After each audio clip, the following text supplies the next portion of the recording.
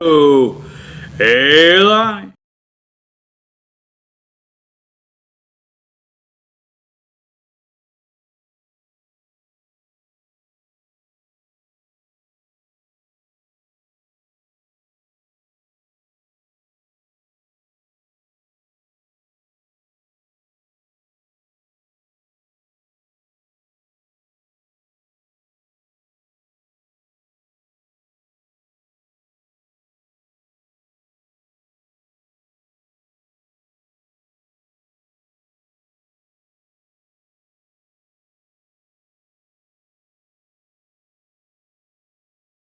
Buzz, buzz, buzz, buzz, buzz.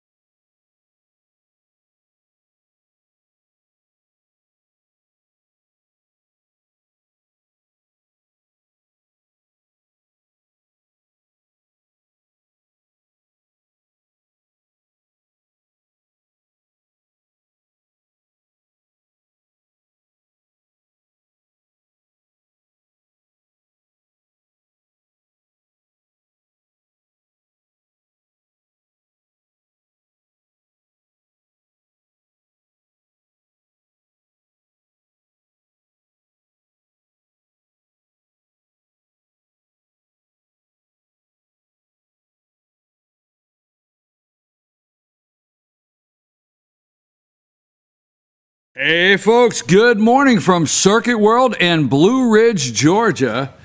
I'm your host, BKP. It is time for our Friday show. We have a great lineup. Now, Jesse Barton, the Community Relations Director at Cameron Hall, is not able to be with us this morning, so we're going to give Jesse a shout out. We know she has a move-in down at Cameron Hall. She has to be available for. So we understand that. So Jesse, we hope you have a nice day. But we have a lot of other great things happening on the show this morning. We have Dr. William Whaley, Ask the Doc. Ask the Doc right after these brief words. Then we are going to have Rick Gluckert. You know Rick. He's on the All-Star panel. Well, he has invited a group. Okay, we'll just leave it at that. I'm going to let Rick have all the introductions and everything, but we will tell you, Toys for Tots. Okay, you understand that, right? We are going to have, right after Dr. Whaley, we're going to have an amazing segment that Rick Gluckert's put together. We'll have that, so you don't want to miss it. Then after that will be the All-Star Political Panel, and as I always say, I got to come up with something new because I always say, I wonder if we will have anything to talk about. So we'll see about that. And then, yes, I got a message last night. We will have our Pet of the Week from the Humane Society of Blue Ridge. Did I tell you I'm your host? Did I tell you I'm BKP? Did I tell you we're at Circuit World? Did I tell you it's a beautiful morning? It's a little cold. Come up and join us in the North Georgia mountains. Now, do I just say it's been an impeachable week? How many different ways can we use the word impeachable? It's like an ingredient. You know, it's like when you cook. You know, Democrats, when you cook, you know, you can't fix anything. You know, everything has to have that one ingredient. You know, you always have to have that, right? Wow, how many times can they say impeachable offense? But it's now the President of the United States bribed. It's bribery. I tell you what. Whoa, bribery. But let me tell you this, and I want to talk about it because the All-Star panel, now Jane was not with us last week, but she's back because I've been waiting to hear from Jane on a couple things. I am going to be, let me give you the question I'm going to be asking Jane this morning. Wonder what Attorney General Barr was in the Oval Office having a closed-door meeting with the President of the United States this week about. The IG report? Alan, is it Horowitz? I know it's first. Is it Alan Horowitz? I know it's Horowitz, the IG. We understand there's possibly going to be criminal referrals. Rumor is all over the place, okay, that one of them may be James Comey, the former FBI director. I don't know. You don't know. But I'll tell you what, President Donald J. Trump and Attorney General William Barr do, and there was a closed-door meeting. Oh, what? You haven't heard that on your news network? You have not heard about this? You've only heard impeachment? You've only heard about overhearing a conversation in a restaurant with Ambassador Sondland and the President of the United States? It's a full restaurant. Hold on, guys. I got to take the President. Mr. President, yes, I'm in a restaurant. There's people behind me. There's people all over the place that can hear what you're saying. So let's really... Oh my gosh, now that's what they're hanging their hat on, is two people overhearing a conversation with Ambassador Sondland, the EU ambassador. So we won't get stuck there. Well, it's another day of impeachment inquiry. How do you say that? I don't know. I'm your host, BKP. Hey, don't forget, the President of the United States had a closed-door meeting with William Barr, the Attorney General, this week. I don't know what they talked about. I'm going to ask Jane. We're going to take a break. We're going to come back, and it's time for Meet the Doc with Dr. William Whaley as soon as we return.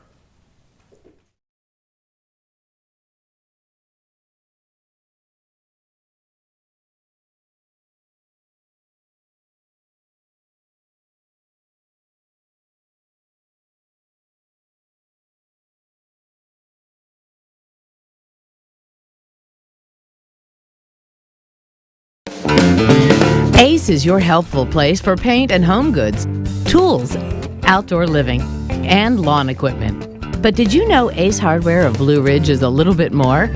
We have hunting rifles and accessories for your next hunting trip. We have Amish furniture imported directly from Ohio. And we have Ace Custom Woodworks for all your custom wood project needs, from cabinets to artwork. Ace Hardware of Blue Ridge. We have your new house in stock.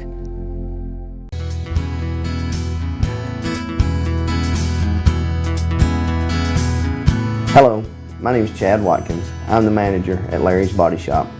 We are a family-owned and operated business and have been serving the North Georgia area since 1978. We are located at 1216 Progress Road in LOJ, Georgia. Our shop specializes in collision repair, and we work with all major insurance companies. Larry's Body Shop is ICAR Gold, the highest role of training recognized by the collision repair industry. It is estimated that only 10% of collision shops meet these standards. Our shop consists of state-of-the-art equipment such as laser measurement system, down-drive spray booth, spot and MIG welding equipment. All of our paints are mixed on site so that we can guarantee your paint to match every time. I know that having an accident can be a stressful event. We take pride in making sure our customers are satisfied with the repair of their vehicles. Our waiting area is clean and comfortable with free Wi-Fi and refreshing beverages. So if you're in an accident, stop by and see us at Larry's Body Shop. Do you feel like healthcare has become too impersonal? 8 times an hour, I'll get you in, I'll get you out. At Lifetime Medical Center, you're more than a number. We get to know you, not just your medical issues. Dr. Alana Kent is board certified in family practice and offers same-day appointments. She and her staff treat conditions from minor to chronic issues. Lifetime Medical Center, convenient to Jasper and Blue Ridge. This may sting a little.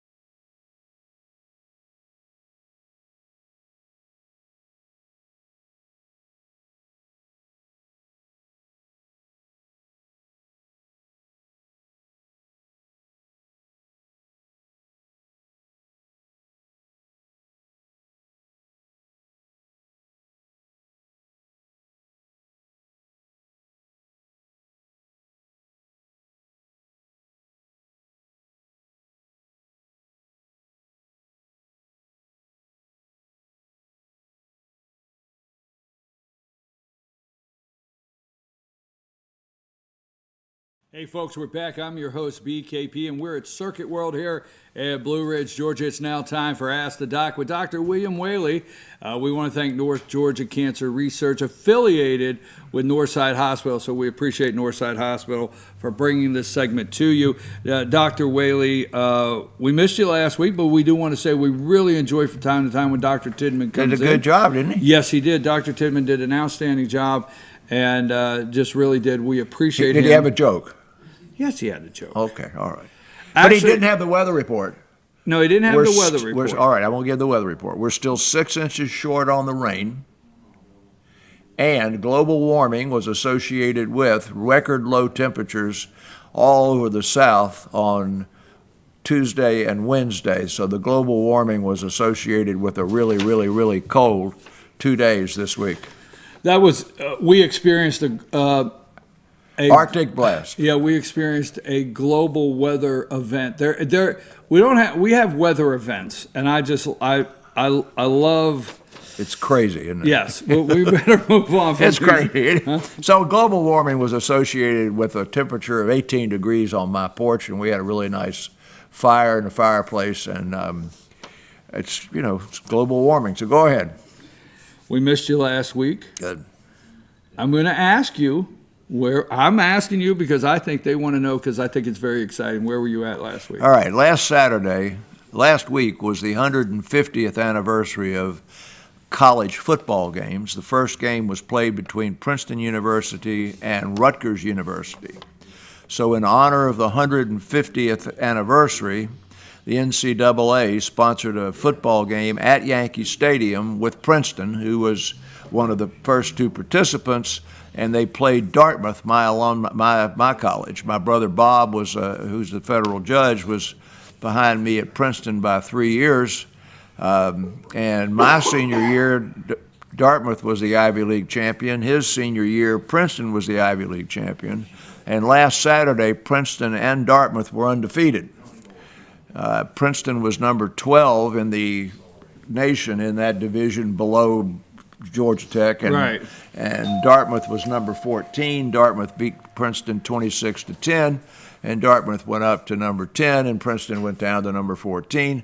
But it was a great weekend. We went to see Hamilton, and we ate in some great restaurants, and he had never been to Madison Square Garden, and we went to a 1 o'clock in the afternoon Sunday game at Madison Square Garden between the New York Rangers and the Florida Panthers, and my old Thrasher trainer was the trainer for the Panthers. I got a chance to visit with him before the game and go down to the locker room, and then the Panthers. Now if you're a hockey fan, he saw a goal that was called a setup goal. That's where you go down, bang, bang, bang, and a pretty goal. Right. He saw a breakaway goal where a guy gets breakaway and comes down one-on-one on the goalie and scores. He saw a slap shot from the blue line that scored. The game ended in a tie, so he saw 3-on-3 overtime, sudden death overtime, which ended with a tie. This is the first year of 3-on-3, very exciting. So then he saw a shootout, and Florida won in the shootout. So those 5 things a normal hockey fan would have to wait a half a season to see in 5 different games. I was getting ready to say that. In one game, he saw them all. You left one thing out. What? Didn't see a hat trick. No, but he saw a fight. Oh, okay, we'll throw that in. He saw the fight. That's kind of equal. Right. All right. All right. Okay, well, so after Dr. Whaley headed up to Yankee Stadium and over to the Garden, which some of you might say Madison Square Garden, over to the Garden, a hockey game, you made your way back to Georgia, where you thought it would be warmer, but it was not. No, it was cold in Manhattan. It was colder in Atlanta. All right, go ahead. Let's go to our first question, Okay. and we thank everybody for sending in questions. We'll tell you how to do that in just a minute. My mother had colon cancer 3 years ago and did 6 months of IV chemotherapy. Now she is concerned because her tumor markers, okay, in quotation, so that is something, I didn't know that, I'm learning something right there. Tumor markers are going up, and the doctors did not find anything on scans and repeat colonoscopy. Should she go back on chemo? Basically, the answer is no, but it starts us into a discussion of tumor markers, which okay, put up that first one there, Lonnie. You are real familiar with tumor markers, actually, so I'm going to explain to you why. This is just a cartoon of the body, okay? And BKP, you don't hear good, but you see good. PSA, all right. prostate cancer. All right, prostate cancer, PSA. Ovarian cancer, the CA-125, they say, should we do that test? Okay, they got pancreatic cancer that's got its own. So this is the various common cancers: lung, breast, colon, prostate. Those are the normal ones. And colon cancer has a CEA. Now let's go back to the question. First, we know she had locally advanced curable cancer, or she would not have had that 6 months of chemo after her original surgery. Second, we know that at the conclusion of that chemo, she was in a remission with no detectable disease because they didn't do anything else. So she's now in a surveillance period where she comes back into the office. They do an examination, they do liver function tests, they do a blood test where they measure the CEA. So just think in your mind, because you know so much about prostate cancer, that they're measuring the PSA, okay, and it starts to rise. You've heard that here on lots of questions. But the deal is the CEA, okay, go to that next one there, Lonnie. If you look real carefully at this, this is a list of the tumor markers that you can get done in a commercial lab. But where it says CEA, right beside it, it says no specificity, okay?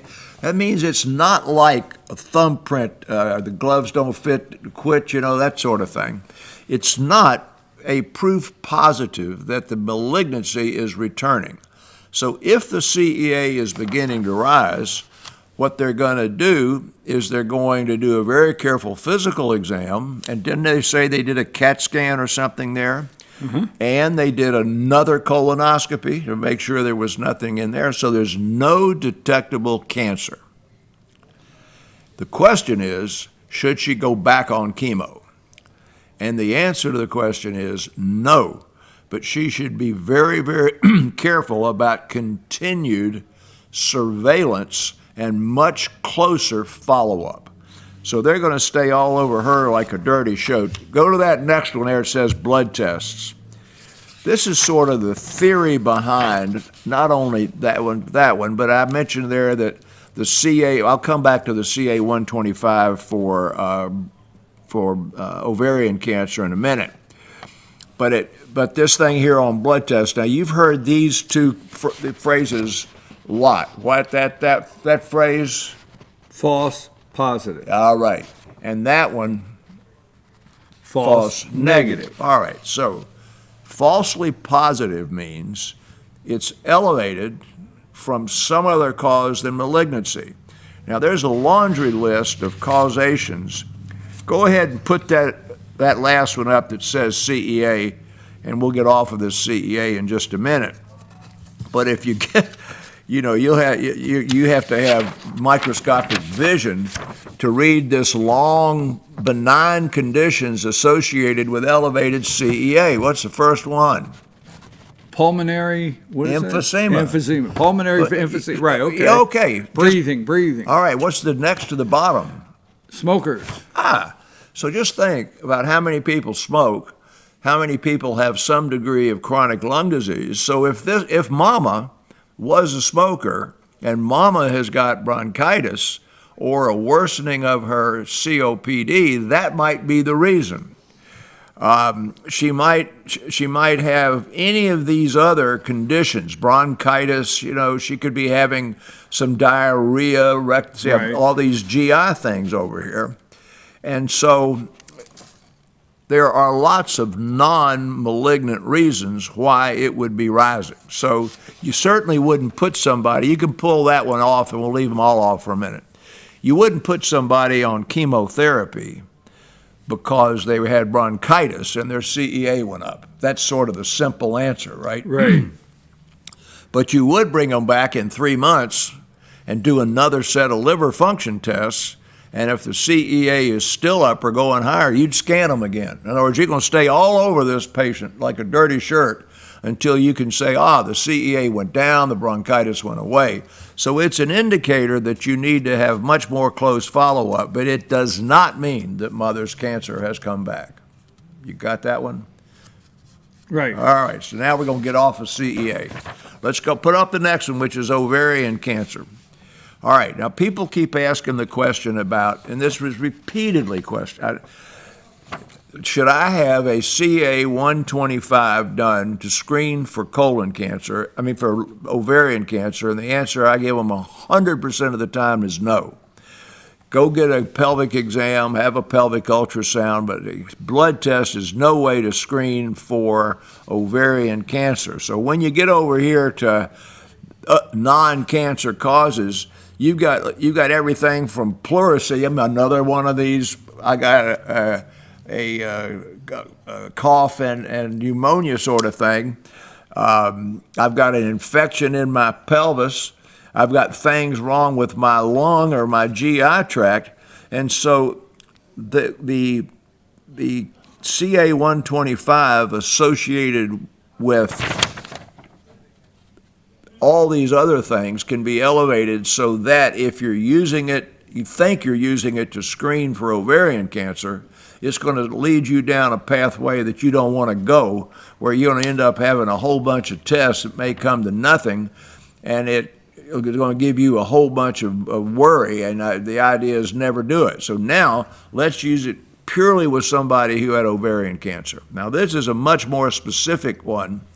If you have ovary cancer, and your CA 125 is, say, 1,000, and normal is less than 35, and you get chemo, surgery, or whatever you get, it goes down to 10, and then over time it goes from 10 to 20 to 100, then you probably do have recurrent ovarian cancer.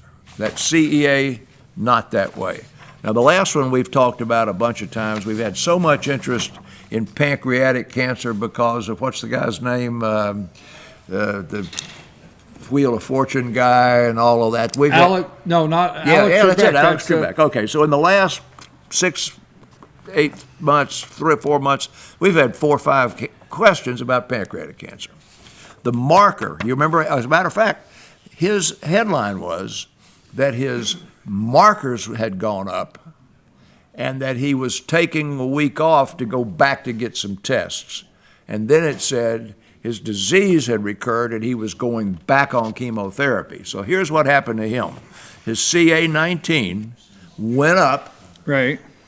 After he'd had his original treatment. He was up there, no, he wasn't spinning the thing, what Vanna White was, but he was on his program. And then they announced that his markers went up and he went back to wherever it is he's going to, and that they were starting him back on chemotherapy. Now, they didn't start him back on chemotherapy because the CA19 went up. The CA19 went up, they brought him back, and then they did some tests. Then they proved he had recurrent cancer of the pancreas, and then they started him back on chemotherapy. Jeopardy. We might as well get that. Jeopardy, is that what it is? Jeopardy. Yeah, Pat Sajak's over there spinning him and Vanna. I didn't mean to Anyway, interrupt you. I don't. When you said that I have. Okay, well, I'm way out of. I had to say yeah, Jeopardy. Jeopardy. Yeah, Go.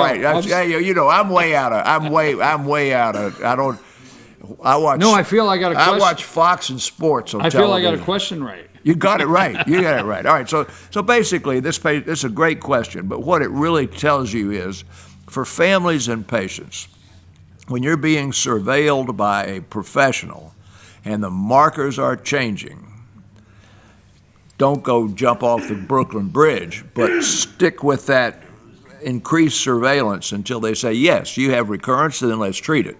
But in this situation, the family should not say, oh my goodness, mama needs to be treated.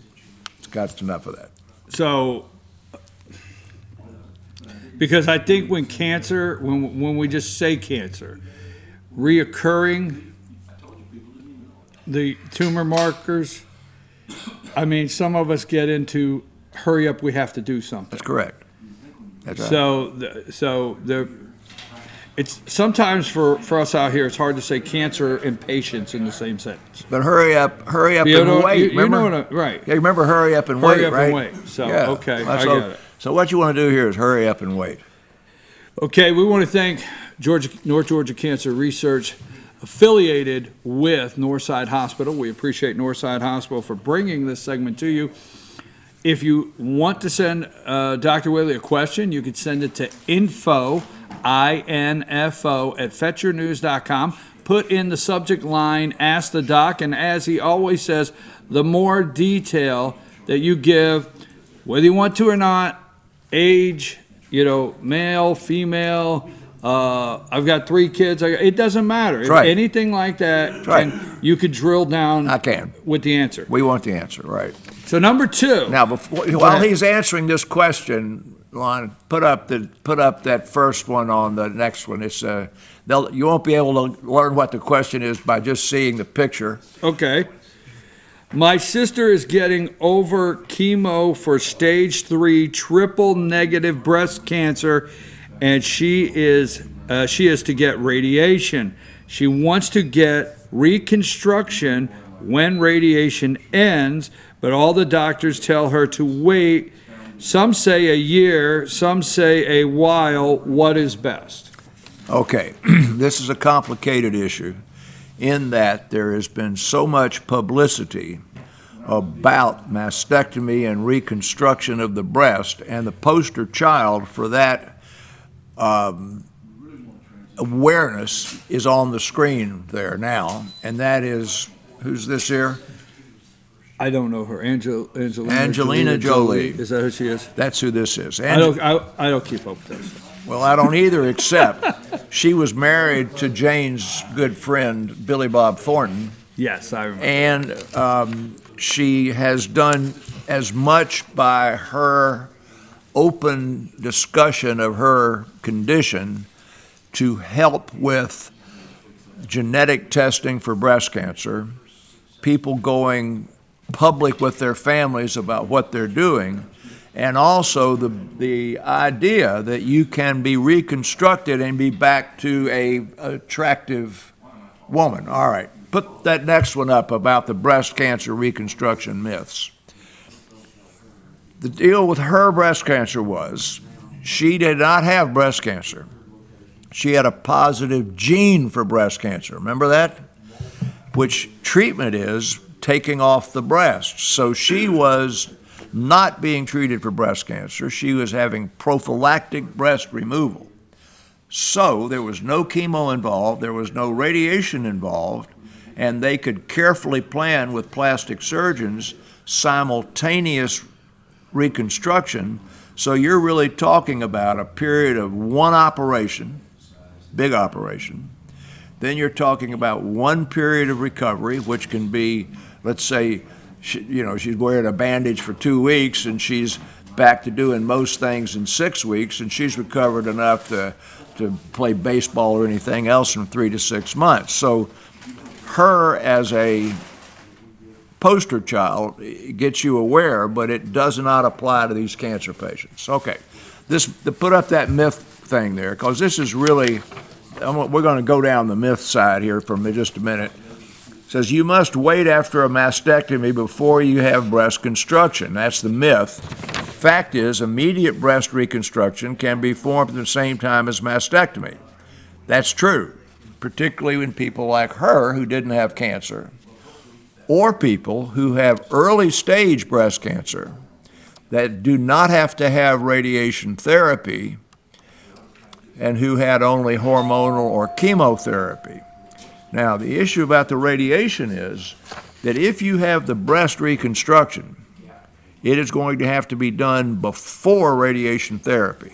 So you would have your chemotherapy, you would have your surgery, then you'd have a reconstruction, could be done at the same time, followed by the radiation. And we see, as oncologists, repeated episodes of patients who did it in that order, and then the radiation was delayed because of an infection or another complication, and before they can get the radiation, they've had a recurrence in the skin. So the timing of radiation in terms of treating the cancer is really crucial. The timing of the reconstruction is elective. Got the difference? Yes. Yeah, those dominoes that are treating you need to fall over in a sequence, and you don't want to pull that last domino out, which is radiation, and stick in reconstruction, because that reconstruction domino may have an infection in it and be way long, not short. So my advice to this patient is wait. Now, the idea of waiting a year is triple negative breast cancer, remember, is the most aggressive form of breast cancer we have, has a real high chance of recurrence. And you don't want to be going through reconstruction and healing of that when all of a sudden it's recurred and you've got to start taking chemo again.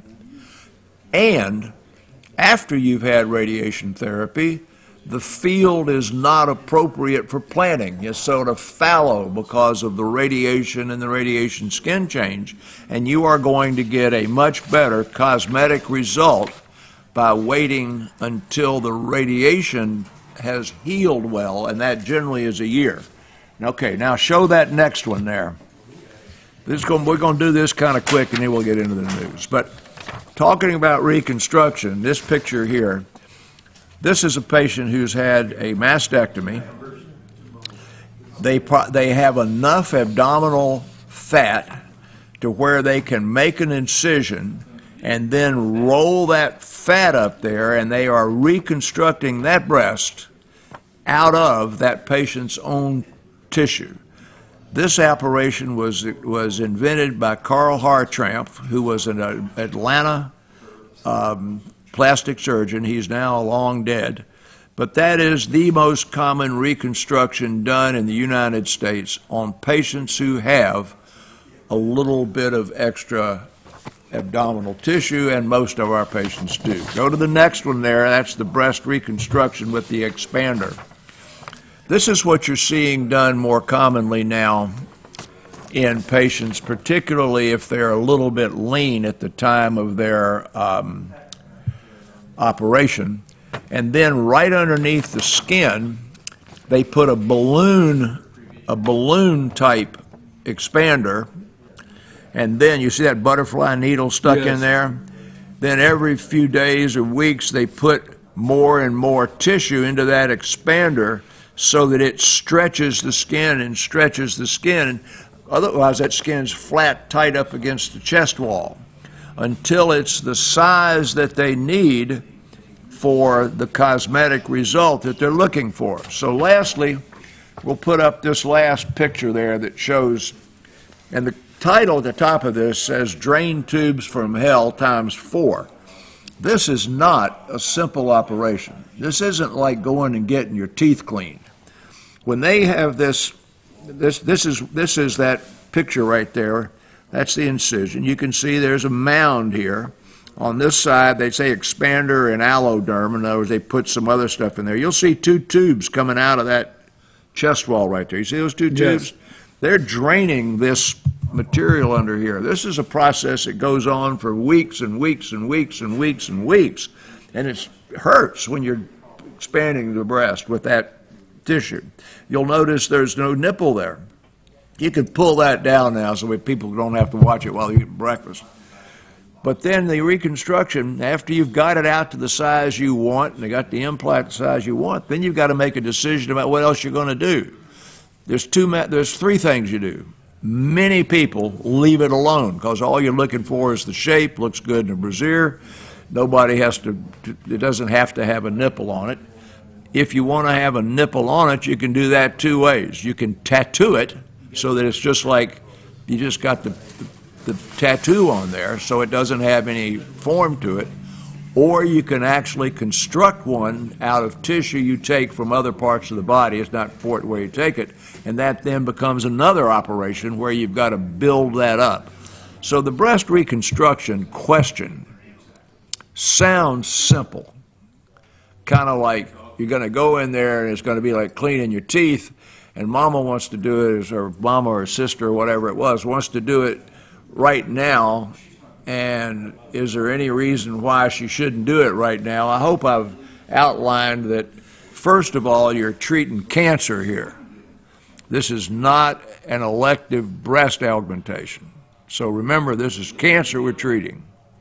Reconstruction's nice, but it's not part of the cancer treatment. So focus on the cancer treatment. If the cancer treatment doctors say do the radiation first, then this cosmetic reconstruction, although it's nice, should take a back seat to the cancer treatment. And lastly, it's not simple. And we do have at the top of the question, this is stage 3 triple negative breast cancer, which you say aggressive breast cancer, which you say has high rates of reoccurrence. Correct. So the 1 year is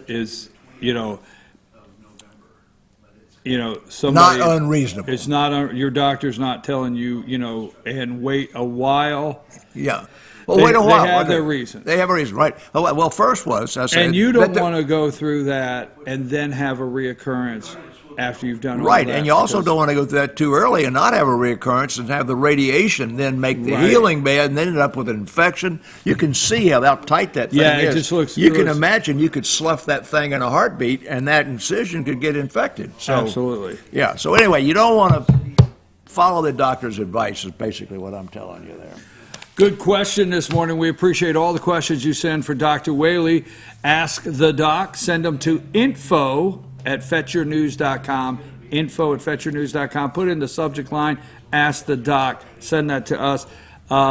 Okay, so now we always at this time of the morning, we go into what is the most relevant, the newest thing, what's happening in the medical world out there today that you want to share. Hey, Lonnie, did you hear what he said? What's the newest thing? I want him to read my handwritten note. What's that handwritten note? Old school. We're going to go old school this morning? Well, he started out with what's the newest thing. This is going to be really short. You know, this is going to be like if I say large, what do you think of? Or give me an opposite to large. Small. You know, like okay, college all boys. right. So this is going to be that kind of thing. Here was the very first at the top of the list of new medical news yesterday. Vaginal birth Right. and breastfeeding Reduce reduce allergies. allergies and asthma. Now, we've known all along that breastfeeding was good for immunity, right? Right. And we've known all along that vaginal birth was safer than cesarean section, so both of those are old school, right? And this is an encouragement to these young people today to really consider that the way God made it was you had vaginal delivery and you breastfed your kids. And there are scientific reasons why that's the right thing to do. So that's an Okay, old school okay. thing. All right. Now we're going to drop down here to number 3. And this was on the front page of a newspaper yesterday. Progress made, but superbugs remain a threat. Now, those are not bed bugs, are they? No, Those I are- understand they are. superbugs. Superbugs are the infection that occur with badly antibiotic resistant organisms that are responsible for more of the preventable medical error type deaths than any other single thing. And you get that you get that out there in the world when somebody asks the doc, I've got a cold, I'm getting ready to go on a cruise, can you call me in an antibiotic? So the short, what do you think of if I say high and you say low, is don't ask for antibiotics. This is the call your doctor, ask for antibiotic season, right? Yes. Flu season's just starting. Guys are getting a little congested. I think when I came in this morning, Lonnie's voice sounded like he'd dropped 3 octaves, and his nose sounded like he'd been hit in the head with a baseball bat, so he's congested. Well, I told him, I said, it sounds to me like you need to get some Afrin and some nasal spray down at the pharmacy where somebody else might call a doc, say, I need a Z-Pack, or send me some penicillin or amoxicillin or something, because I'm going on a cruise tomorrow. Tomorrow's Saturday, right? I need an antibiotic. So my short answer is don't ask for antibiotics, okay? Now we're going to go to the next page. We talked about this in your absence, and then we talked about this in your presence, and I believe you got an email from me in the middle of the night last night with a link to that one. What does it say? Oh, yes, you did. I got up this morning, I'm checking my email, and I see new shingles vaccine. Yes. Okay, now what does it say? What you need to know. 98% is what they say in this article effective. I've been telling you 88 to 90% with no adverse reactions except injection reactions, just like you got anything else. 1 or 2% of people might get a sore arm or something like that. 98% effective, no significant side effects. Nobody thinks that this vaccine has any adverse autisms or anything else. Why? It's given to people that are over age 50 only. Take the new shingles vaccine, everybody. That's that lesson. All right, here's the last one. And this one, this is going to be in the paper today.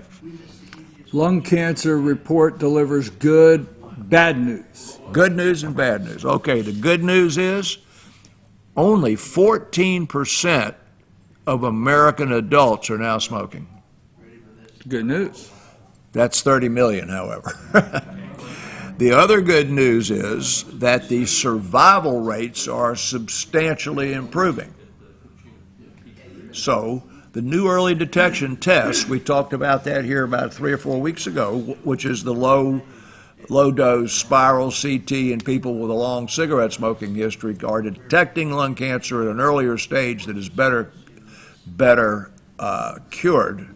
The bad news in that is that the huge population of people eligible for that test, which is over the age of 50 and have smoked a combination of at least 40 pack years.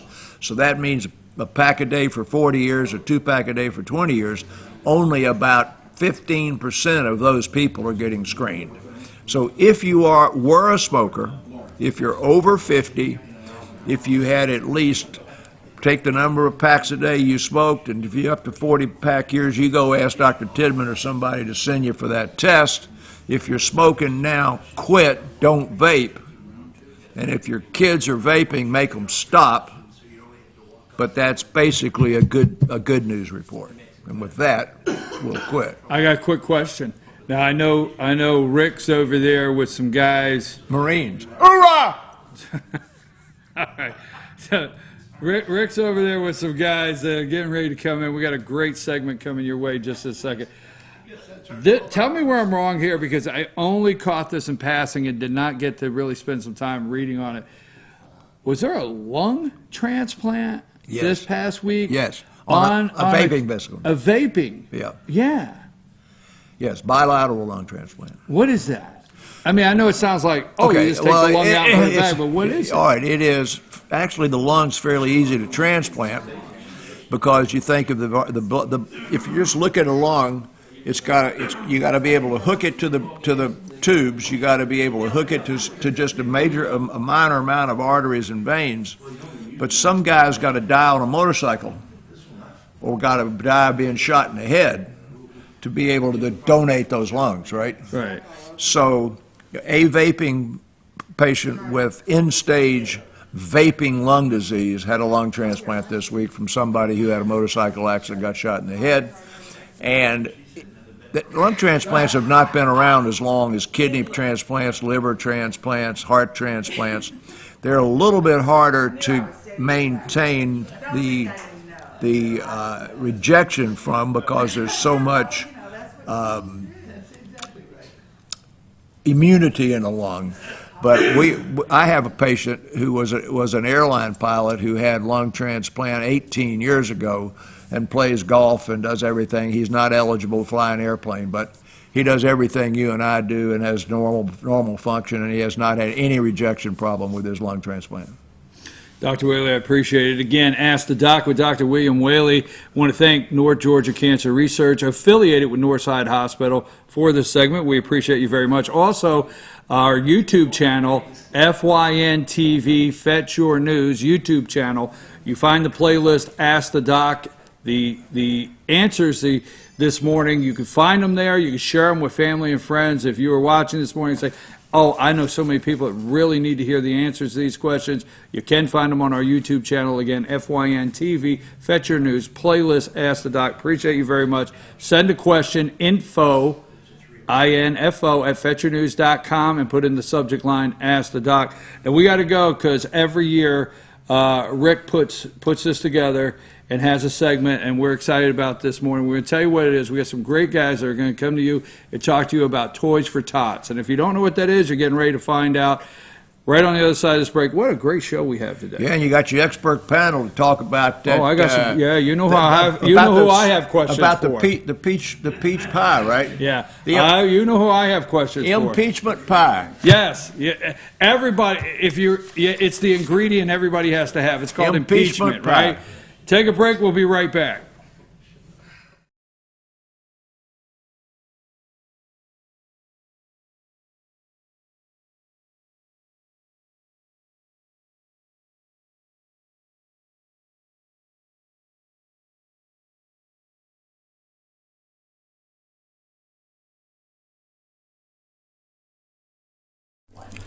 In 1981, Reed Nicholson began selling tires out of an old barn in Mineral Bluff. Little did he know that he had just laid the groundwork for the most trusted names in automotive services in the Blue Ridge area. In 1997, Nicholson Tire Center became what it is today, holding the same values of faith, family, and great customer service. 2 locations to serve you, and the Blue Ridge location is currently expanding to offer fast service and the largest U-Haul provider in Georgia. Nicholson Tire Center, Blue Ridge, and Mineral Bluff.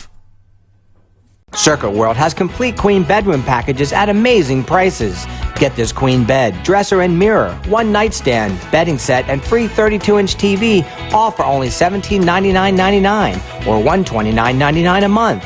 Or get this complete queen bedroom set and sleep in style, also for only $1799.99 or $129.99 a month. What an incredible deal! Stop in today at one of our 5 locations and get the furniture you've always wanted at Circuit World.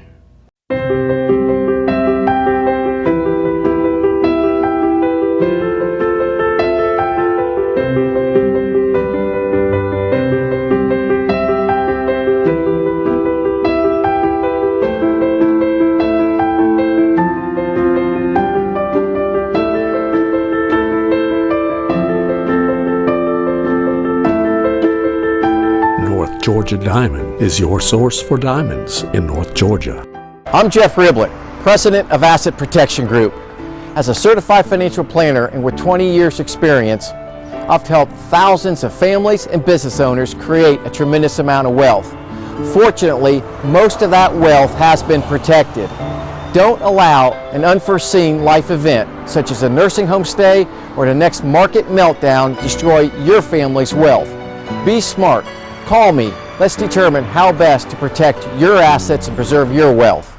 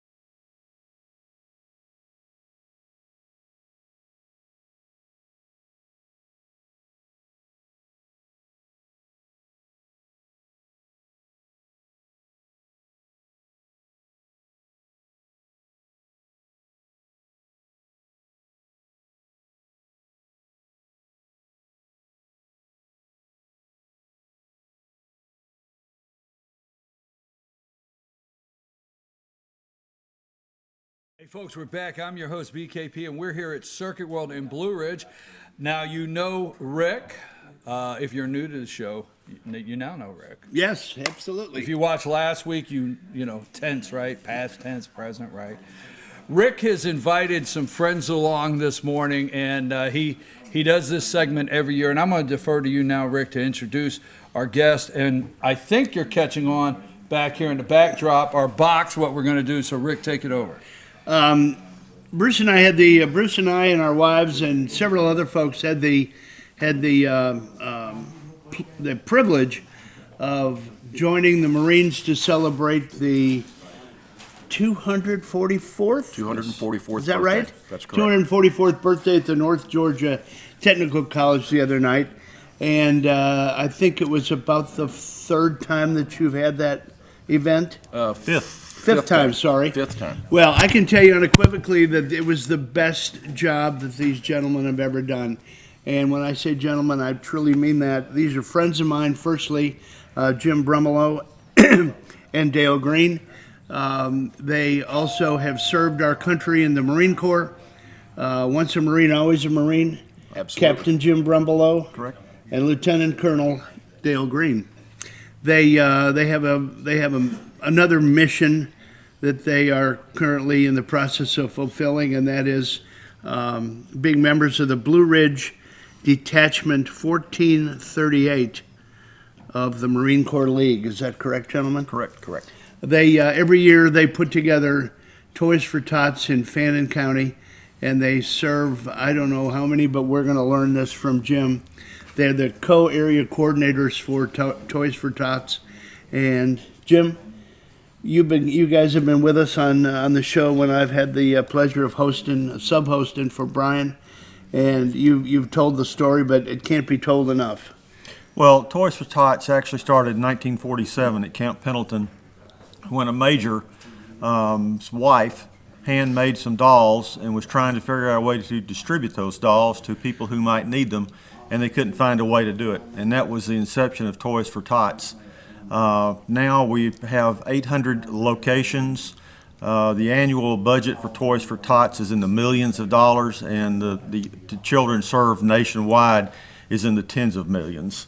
So it's a marvelous organization. It is the only organization that is directly controlled by the Department of Defense. Our organization is reportable to the Commandant of the Marine Corps, and we're very proud of what we do. There's not one single dollar that is donated that goes to any volunteer. 97% of the money that is collected and 100% of the toys stay right here in Fannin County. And the 3% goes to pay postage and buy printer ink and printer paper and those kind of things. And you don't even get gas reimbursed for all the vehicles that you run around this county. No, not a penny. This started in this county in 2016, I believe. Yes. And tell us about let's not focus on the national picture anymore. We've got, we understand how it was started. Let's focus on Fannin County and tell us what you do for some of the underprivileged here and what the qualifications are. Well, when we started this, Dale and I collaborated because we were both interested in doing something that would benefit the community, and both of us had worked in the past with Toys for Tots. So we started the Fannin County campaign, and that was in the year 2016. We thought we would probably end up serving 300 children or so. The first year we did 455 children. The second year we did 550 children. Last year, the third year, we did almost 900 children. 900 children in the. Dale, tell us some of the things that the public can do. Describe what's needed, where they can donate, and how the program works locally. Well, the collection boxes, the one that you see here, they're located all over town, and most of the restaurants, a number of the businesses, including this one. Including here at our friend Circuit World. And what we're asking is for a minimum $15 unwrapped toy. We cannot accept clothing, we cannot accept foodstuffs, and we really cannot accept electronics. But a $15 minimum value unwrapped toy, just drop it in the collection box. We've already packed and filled over 100 requests. Wow. And the campaign just kicked off at a Fannin County football game about a month ago or 3 weeks ago. The biggest need where we've come up with shortfall is for older teenagers, say between 14 and 17, because it's a very difficult age. They want iPhones and things like that, which we just can't do.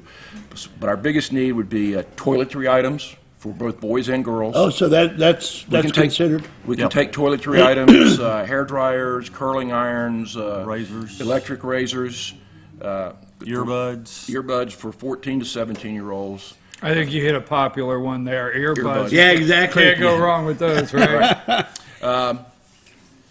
And we just want to try to fill as many requests as we can. If someone is feeling particularly generous, bicycles are huge for any age. We'll take the bicycles. They have to be assembled, as I understand. We prefer it. We would like to have them assembled. You don't want to go to a ranch. Just go to we Walmart. put together 100 last year. Oh, my. Just go to Walmart and buy a bicycle and park it beside one of our collection boxes. Or if you want, you can call Jim or I and we'll come get it. Cash is another. If someone doesn't want to go to Walmart, they just want to write a check or buy a gift card or something. Tell us how do you effectuate that? We always like getting cash because there are always needs that are not met through the boxes. Right. In the items that people donate. So that gives us the opportunity, and we keep a running list of items that we need. That gives us the opportunity to go out and buy what we need. We want to meet needs, not just give somebody to have something to give them. So, for instance, if there's a family, and we stop at age 17, but if there's a family that has a high school senior in the family and the child happens to be 18 years of age, and every other child in the family is getting something, there's no way that we're not going to give that child Christmas gifts. Understood. What do you have to do? If I am in need for a gift for a child of mine, what's the process? There are several ways to apply. The easiest way is to apply in person at the Fannin Family Connections, the new food bank, their new location. We have apps there. There's also an online application that you can find. Just all you have to do is just Google Toys for Tots, and then Google and then Fannin County will come up, and then you just ask for the application, and we get those.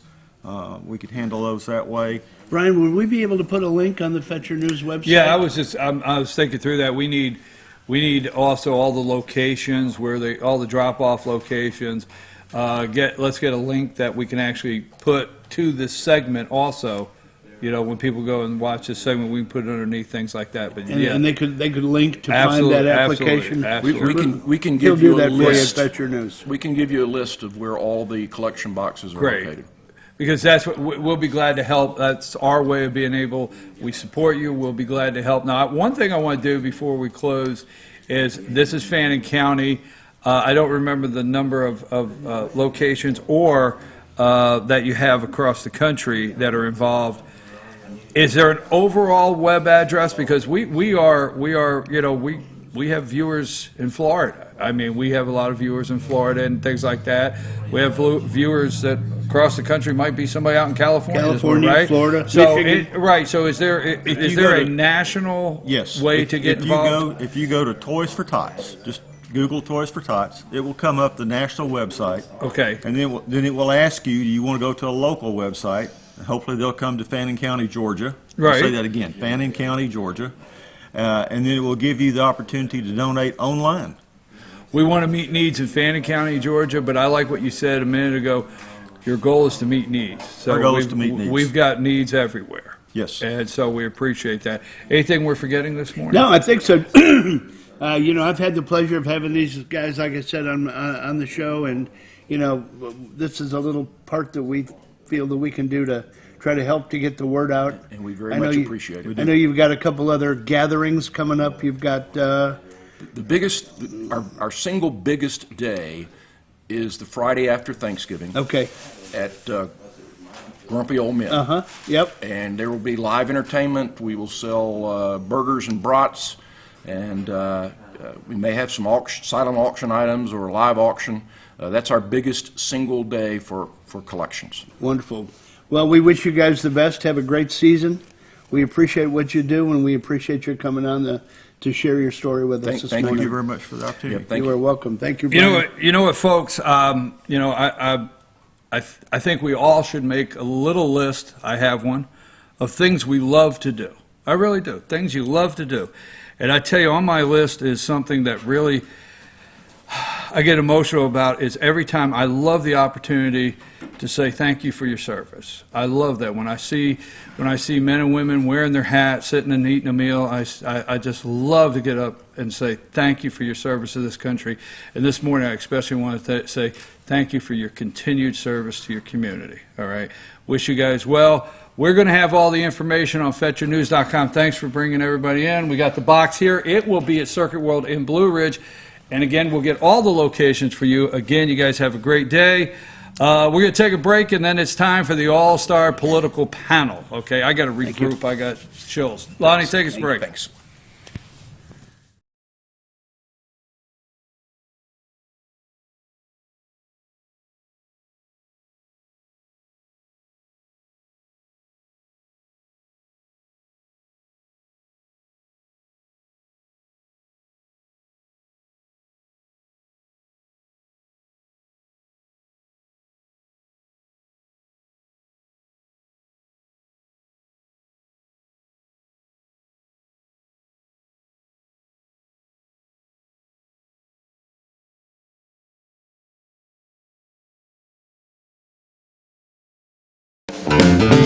Ace is your healthful place for paint and home goods, tools, outdoor living, and lawn equipment. But did you know Ace Hardware of Blue Ridge is a little bit more? We have hunting rifles and accessories for your next hunting trip. We have Amish furniture imported directly from Ohio. And we have Ace Custom Woodworks for all your custom wood project needs, from cabinets to artwork. Ace Hardware of Blue Ridge. We have your new house in stock.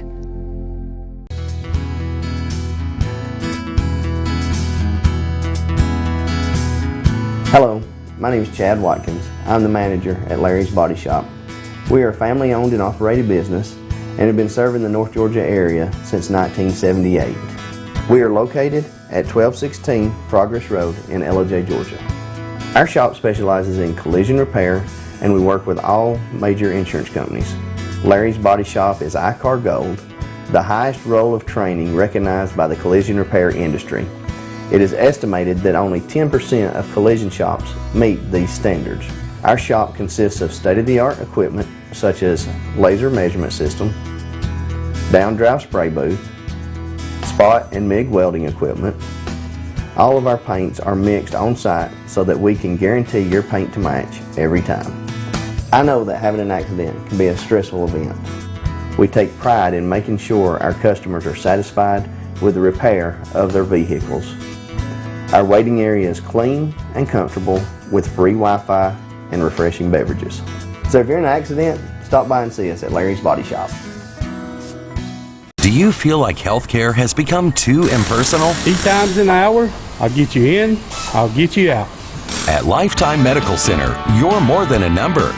We get to know you, not just your medical issues. Dr. Alana Kent is board certified in family practice and offers same-day appointments. She and her staff treat conditions from minor to chronic issues. Lifetime Medical Center, convenient to Jasper and Blue Ridge. This may sting a little,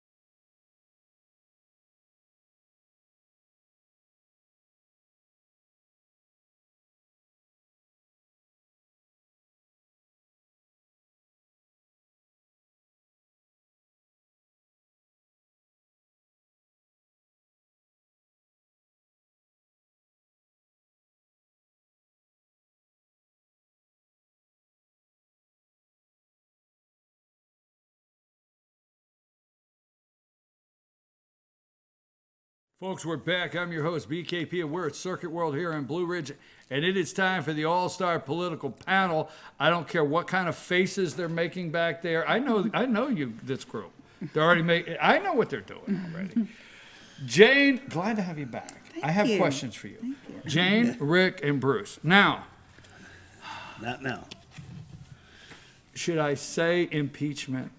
I tell you what. Why not? Everybody else is. If the word impeachment is in a drinking game, not only did we have these testimonies this week, we have a bunch of new alcoholics in the country. That's right. Every time you hear the word impeachment, you gotta do a shooter. It's not impeachment. It's bribery and extortion. Yeah. Right. It's stepped up a couple. Yeah, it's impeachment is a thing of the past. Well, first of all, I can't believe that we have put these kind of idiots in place. I mean, seriously. Look at it. The President of the United States calls a high diplomat at a busy restaurant while he's getting a salad, and they have this major conversation loud enough for everybody in the restaurant to hear. How could we? I mean, Donald and Sondland both got to go now for being that dumb. Yeah, I mean, that only works if the person had it on speaker. How are you going to, have something up to your head? If somebody calls her right here on the phone and me, because I turn it up very loud, you could probably hear some things, but are you going to tell me... If you'd leaned in. Well, wait a minute, but you're going to tell me the President of the United States of America get my phone. Get my phone. What's Sondland doing now? What time is it in Zurich, okay? Lunchtime? Well, he'll take my damn call at lunch. I mean, are they... I don't know. It could have happened, but are they that damn dumb? I know it's lunchtime, but he better be working. Are you working first and foremost? Because if you're not working, you're fired. I'm in a busy, crowded restaurant, Mr. President. I don't care where you're at. What the hell's going on with this Biden? Think about it. I mean, can you it's think? beyond ludicrous. It's beyond ludicrous. It is. Yeah. Ludicrous speed. Look that up. I don't know if you know where I went with that, Rick? No. Space. Yes, I do. Spaceballs. Yeah. Ludicrous speed. They went clear to platinum. I thought you were going electrons here, but anyway. No, I'm with you. It's totally ludicrous that the President of the United States of America called the EU ambassador, not knowing he's having lunch with some underlings of the State Department or whoever they're with, and just starts bellowing out what's going on. Is Zelensky coming through with these investigations? And supposedly, I mean, that he's, by the rules of the office, he's not even supposed to take a call on a cell phone from the president. Anyway. I didn't know that. Yeah. That's a good point. Well, the interesting thing to me is now, okay, so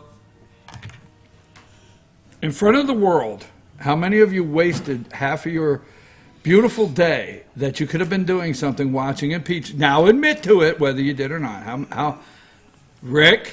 I was pulling a trailer down the highway from Raleigh to Blue Ridge. I am innocent. I was in and out. I didn't spend the whole day. In and out. I'm in and out. You? Yeah, I was mostly out because what I do is turn on Tucker and Hannity and get the the lowdown. Yeah, because I was really Okay, but what if there are things that Tucker and Hannity, and I get it, there are things that they don't put up because it doesn't have the excitement or the sizzle. They're on both sides of the aisle with the media. They do want excitement and sizzle. So, but I really thought it was interesting when Taylor. My thing to me is altered his deposition, because they keep saying altered his testimony. It's depositions. You're going underground. You're sworn depositions. So, if you're an attorney and you're going into the courtroom and you've done a deposition on both sides, they question off your deposition. Okay, on this day you said this. Are you changing that now? But Taylor goes in, unbeknownst to the other side, and alters what I call his deposition, which in the court of law, you can't do that. You can't go in and alter your deposition. Well, you can in advance where the other side has noticed. Exactly. You see what I'm saying? Typically, you can give someone, what happens in a deposition is you ask for a copy, you have a chance to review your answers, and then you can go back and change anything that you think you've made a substantive error on. And then you present it to the other side. And the other side. Yeah. Right, but you don't do it. Now, it's just like evidence. Now, as you can hear, if you're watching MSNBC and CNN and checking in there, which I am, they've picked out words, evidence. mounting evidence. You know, they're Bombshell. running all that. You know, the mounting evidence. They continue to come up with more evidence that support. I love evidence that supports. Okay, I listen to all that, right? If you're in a court of law and you got a new piece of evidence, your objection from the defense is, hey, Your Honor, we have not had a chance to look at this evidence, review this evidence. If they want to enter it, send it to us and give us, and most judges will say, yeah, you got to present it to them and we'll come back Tuesday and you, right? But Taylor got to alter his deposition in public, and it's the new bombshell. You realize the bombshell that they're playing. They just keep coming. But the bombshells that they're playing are not those that they got in closed-door testimony. What the bombshell is now is Taylor. Hey, boss, are you busy? No, come in. I forgot to tell you, you'll probably fire me. But I overheard a conversation. I know I hid it from you, boss, but I gotta tell you, right? Come on. I've been listening. I've been under a lot of stress. I've been under a lot of stress. I've been listening to this impeachment thing, and just last night, I told my wife or partner or whatever the hell. Okay, I've got to go tell the boss in the morning I can't hold this in. So he comes and he sits down and says, just recently, one of my employees came in and said he heard a phone call, and then somebody. Are we really talking like this? Is this one? You know what really happened? No, tell me. I'm serious. That the phone rings, he picks it up, and it was Adam Schiff saying, hey, don't you remember? You got a phone call, blah, blah, blah, blah, blah. I'm with you. I mean, I'm with you. Ridiculous. Here is this piece of garbage looking at the American people on the camera and saying, I don't know the whistleblower's identity. Yeah. Oh, my goodness. Oh, my God. Yeah. Where's the nitro? Well, the most interesting thing was...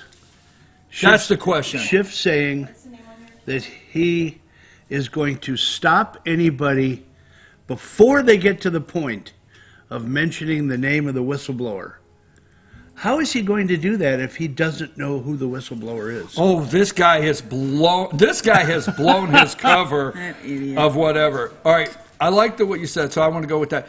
Most interesting thing to you this week in these hearings. Well, it was a double. I love the Jordan thing, I mean, love that guy. You listen to a phone that somebody else heard on a phone, we went through 4 phone conversations. And that was your clear understanding. Yes. Yeah, because remember Taylor said, my clear understanding, and Jordan laid it out and said, that was your clear understanding? And then the guy's sitting there like a grinning idiot, like, yeah, you got me. Yeah, right. Nailed. But the other thing was... But he does have a voice much like Roger Morrow. What's Edward R. Edward R. Morrow. That's what Chris Wallace says. That what was your second thing? The other one was the congressman from Illinois saying, sometimes hearsay evidence is so much better than direct evidence. Oh, my goodness. Can you believe that? Another Illinois bozo. That's about like, who was it that said the country, there are too many people on this? That was our representative. It was ours. Yeah. It was going to fall into the ocean. Guam, right? Guam's going to tip over. Like he brought up the most interesting thing to you this week.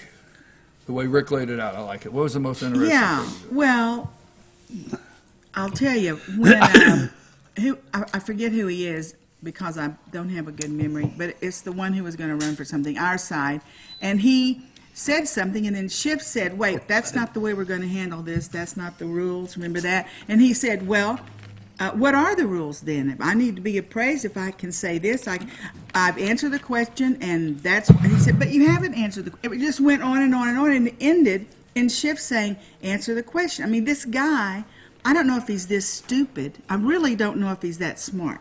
Schiff? Yeah, I know he's conniving, but I'm not sure he's that sophisticated. Harvard graduate, lawyer, prosecuting attorney. He's got the resume. Well, I'll say this.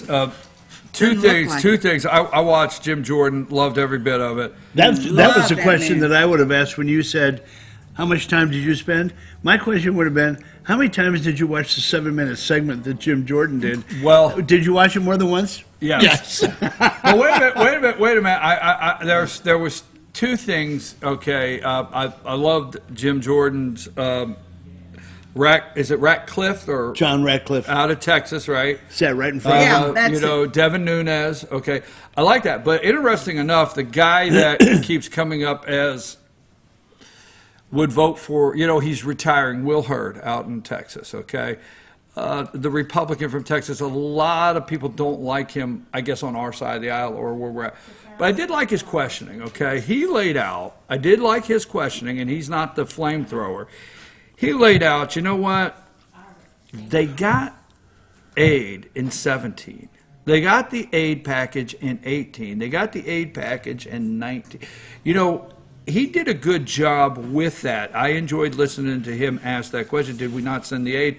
And then I forget where it was at. We find out that although aid gets released, it's not like they push a button and the President Zelensky over in Ukraine says, yes, we just got the wire. You released it at 10. They have just received military aid that was released in 17. They've just received some equipment. You follow what I'm saying? After it made it through all our bureaucracy, you know what, paperwork. There's a delay with all that stuff. Exactly. Yeah. So The only difference was there was no delay in the C-130 dropping off how many pallets of cash in Iran. That was right on the money. Never mind.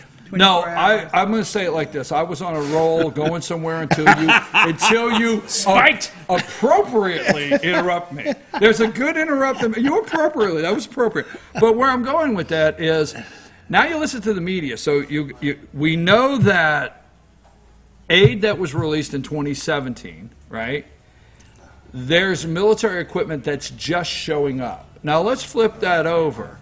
The media wants you to believe that on the day before Trump released the aid, we'll call it that he did it, before he released the aid, okay, that people died because they didn't have that aid.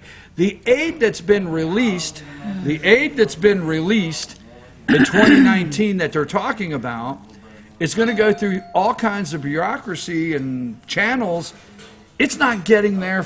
Do you understand what I'm saying? Yeah. But they want to lead the American people to believe, but they're at a war with Russia, and they needed that. Guess what? It wasn't getting there in 15 seconds or less. He didn't send it Western Union. Right. Aid typically... Candygram. It's not a case of the ambassador walking in saying, I got to pick up a check to deliver. And they keep wanting to tell me, the American people, but they're in a war with Russia. We do remember how Russia came into Crimea. Obama was president. Do we remember that? Yeah, and he kind of allowed it. Yeah. Huh. Okay. So Very vague. What say you on some of this? Let's come back to you a little bit. I just sit there and look with amazement that they can say these idiotic things in this hearing and the one before and the one before. And then you have Obama leaning over and saying, I'll have more leverage. You got Biden on the television saying, hello, you got 6 hours. And a lot of the public are falling for it. For instance, my dear husband was talking with some far left radicals last weekend. Is that the way you have to put it out there? Far out, baby. And were they related? Don't go there. Don't push that button. So then, which is unusual for the far left radicals to ever bring anything up. They don't want to talk because we can make so much sense out of what we're saying, and they get lost. So they actually, my husband Bill said, "What do you think about Biden? He's on the TV saying blah blah blah. 6 hours." They said, that is all pumped up. He was doing that for the good of our country. Oh, my now, goodness. Obama is different. They say that. Talk about Harvard. Forget it. Princeton, too. They're out. They both went to those. Give me a break. They said what Biden did was for the good of the country. Now, that's what they're saying, and for us to think we're going to speak with anybody and change their minds until some big balls start falling out of the bingo machine. I watched Kent. Okay, now going from Will Hurd, he laid out a timeline of saying, "Hey, we've been sending them aid for all this time." Now I watched Kent, bow tie guy, Jimmy Olsen. But remember when in his delivery he said, I went and knocked on Joe Biden's door in 2015, and I said, I think we have a concern here.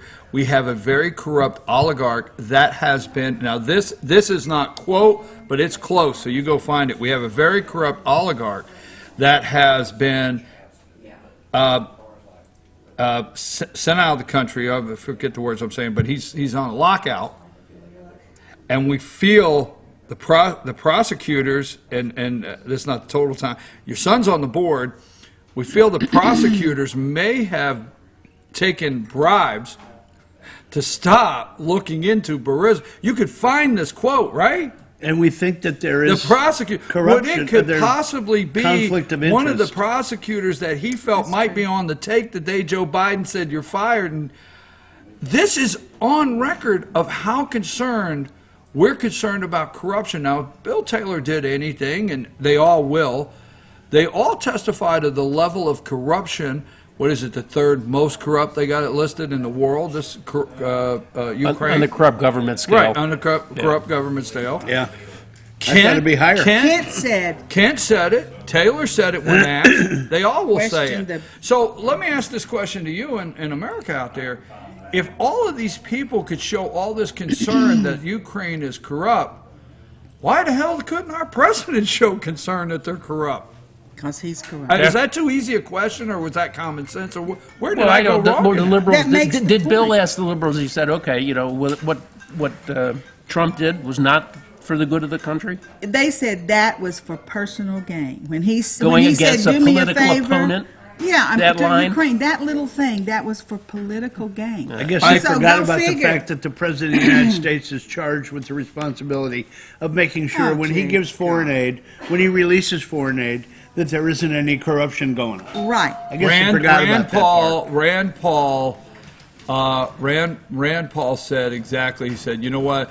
President of the United States, under the Constitution, can withhold any kind of foreign aid if It's he part and feels parcel of foreign if he aid. feels You know, it's you- corrupt." That's foreign aid it can be further defined as a quid pro quo. Here's my interesting thing. Is that not right? Yes, I got it. I'm We with give you foreign aid. This is what you do for us. What is the definition? people how to handle it's it quid all the pro time, quo. number one. That's why they got off of that. Actually, I really like the way you're putting that out there, because really, you actually do a quid pro quo anytime you purchase something, you give something, you want something in return. I mean, you could really drill this down, but with our tax money, we shouldn't be sending our money anywhere in the world that, it's just like, Going okay, into a rat hole. Exactly. Guess what? We're not sending you this money if we're not going to have an embassy. We're not sending you this money if we don't have these diplomatic immunities or what. You know what I'm saying? There's something for everything. Now, I want to say this. I want to go. One more thing on the impeachment. Like I said, I like what Rand Paul said on that. Is it Yovanovitch? Yovanovitch is the woman today. Today. Yeah, they have an over and under in London, by the way, as to how long it'll take for her to cry. You can bet on the. Are you serious? I'm serious. Yeah. Actual tears or just misty-eyed? Just misty-eyed. Okay. and Vidman will testify in full dress. Right? He shouldn't wear that uniform. Supposedly that's against the rules of the State Department. It is. It Then is. why in the heck is he breaking that? That's or a is great it brought question. up? Well, now wait a minute. I don't know. I could be wrong. Ollie North did it.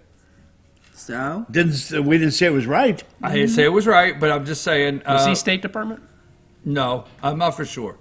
I didn't mean to throw something in there without clarity. Here's what I want to ask. Hey, listen, as Bill Taylor would say, that's my clear understanding. Okay, that's our new thing. I don't know. Let's go back to Yovanovitch. Yovanovitch. I have no recollection of that phone call.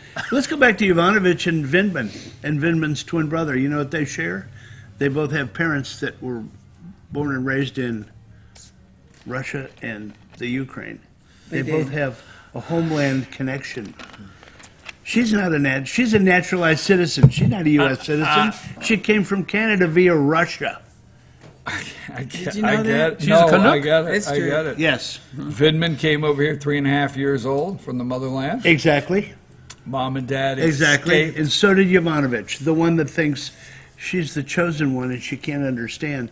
Do you not understand, Miss Yovanovitch, that you're a public servant. You serve at the pleasure of the president.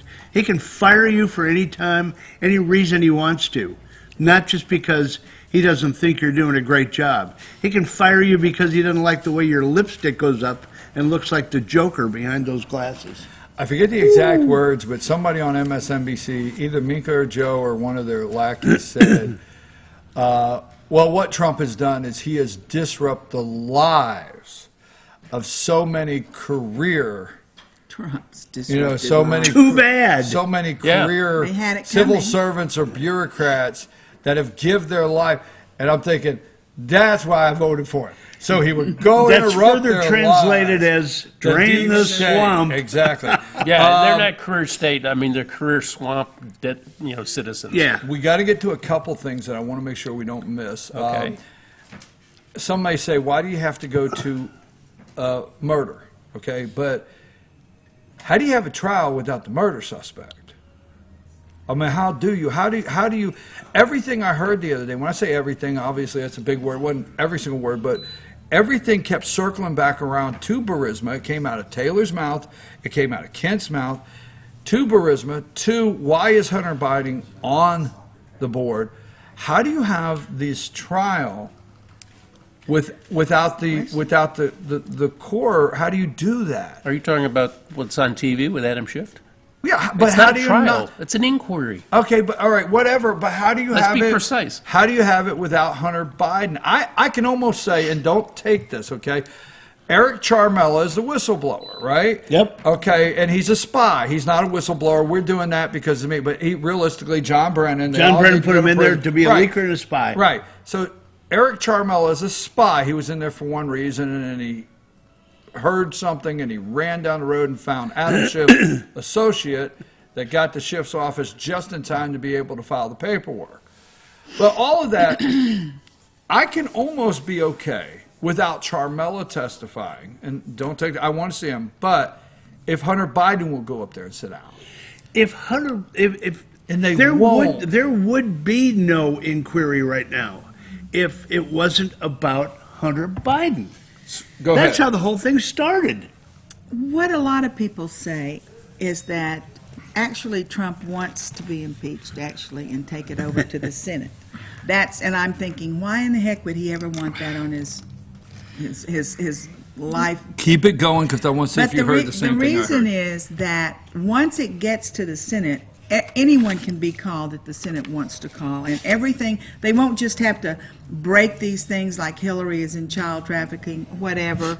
It's all going to come out, and Biden's going to have to sit there and testify, and that's going to be one way of getting a lot of the information out to the public. And I think that's why the Democrats are so against Hunter Biden appearing at any kind of they would be inquiry, whatever you want to call it, because that's going to link to Joe right away, and that'll Well, I like what Jane said because I am very upset that Mitch McConnell would even entertain it. He ought to throw it out. And somebody said to me this past week, no, you understand. And you got to realize this hinges on if they will do it, because Republicans tend to wuss out when it's You time. think? Yeah, but if like you said, it was explained to me this week. Said understand if we have a trial in the Senate, we have the majority in the Senate. We will call the people in the Senate that they won't call in the House, and we'll truly expose a lot more than you think. So I'll live with that. Now I want to switch gears, and I'll tell you why I want to switch gears, because we got the bribery, but what is the other thing, okay? The other thing is we're asking a foreign government to do Oppo research on a political opponent, right? That's what you keep hearing.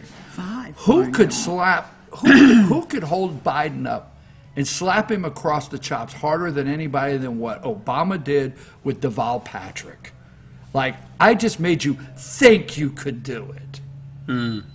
What a slap across the face, right? Deval Patrick, I mean, he's a nothing candidate. I mean, he's like some of these other ones. Disagree. The Montana governor is still in the race. Disagree. Well, fine, disagree. Disagree. But, No, I think this is all well planned, laid out. Deval Patrick just in time for New Hampshire. He has name recognition across the border there. He will have all of Obama's fundraising.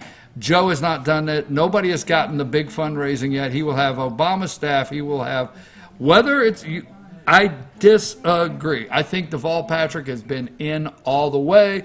Deval Patrick sidestepped all these debates. Deval Patrick is a proud capitalist. Oh, I disagree. I missed your show He'll this get a few week because votes I in the was Northeast. working. I mean, the guy's going to play like... I disagree. Did you go anywhere with this on your show during the week? Yes. I bet you did. I'm sorry that I missed that. Let me ask you something. Just lay it out. I could actually win a circumstantial case in court because I love circumstantial evidence. Lay it out. Just in time for New Hampshire, right? Guys across the border, governor, New Hampshire. Mm-hmm.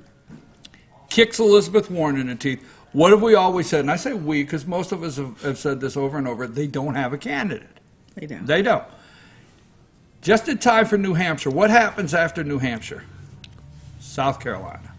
What is the number one thing they keep polling? They poll why won't South Carolina black Democrats vote for the gay guy, right? Say it or not, right? All the time. He can't get traction with black voters, right? And they want us to believe that the black Democrat voters in South Carolina are just waiting to vote for this crusty old white guy, Joe Biden, and they love him. Ball. Deval Patrick. If they play their cards, they win New Hampshire, they win South Carolina. Yeah, and where do they go then? I don't know. We'll talk about it then. We will have several shows between now You're and going then. down the laundry chute.